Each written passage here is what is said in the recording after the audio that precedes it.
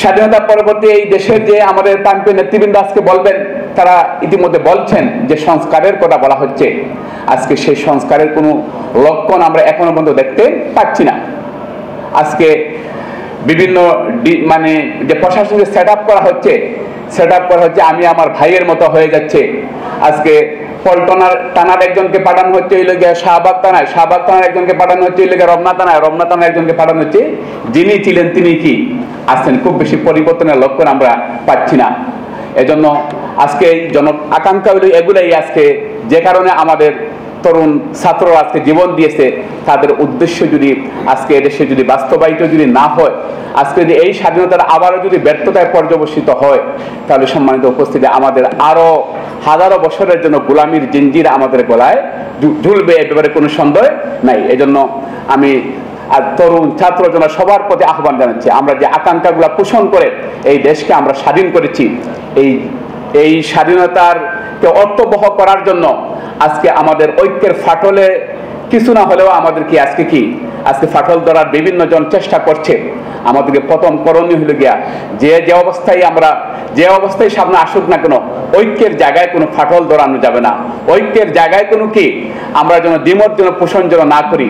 আমরা যদি অনৈক্যের দ্বন্দ্বে যদি আমরা ভুগি, আমরা বিভিন্ন সামান্য স্বার্থের মানে চাকচিক্যময় দুনিয়ার সামান্য মোহে যদি আমাদের মূল যে স্বাধীনতার যে সুগ্রাণ আমরা পেতে চাই, এটাকে যদি আমরা ভুলে যাই, তাহলে বাংলাদেশ পথ হারাবে।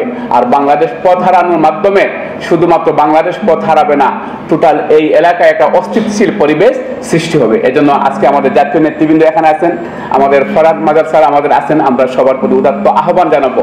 আপনারা কথা বলছেন, আপনাদের কণ্ঠস্বর আরো যদি বলিষ্ঠ না হয়, আমরা তরুণরা আপনাদের সাথে আছি। আমরা এক মুক্তিযুদ্ধ করেছি, সামনে আরো যদি কোনো মুক্তিযুদ্ধে আমাদের অংশগ্রহণ করে, এখনো তো আমাদের শরীরের দাগ এখনো মুছেনি। আমাদের প্রত্যেকটা শরীরের প্রত্যেক জায়গায় যদি আমরা হাত দিই, প্রত্যেকটা জায়গায় জালিমের বুলেটের এখন তো যে গুলি আমাদের গায়ে আছে, এই গুলি ছুড়ে দিলে এখন যারা ষড়যন্ত্র করছেন তারা সামনে দাঁড়াতে পারবেন না ইনশাআল্লাহ।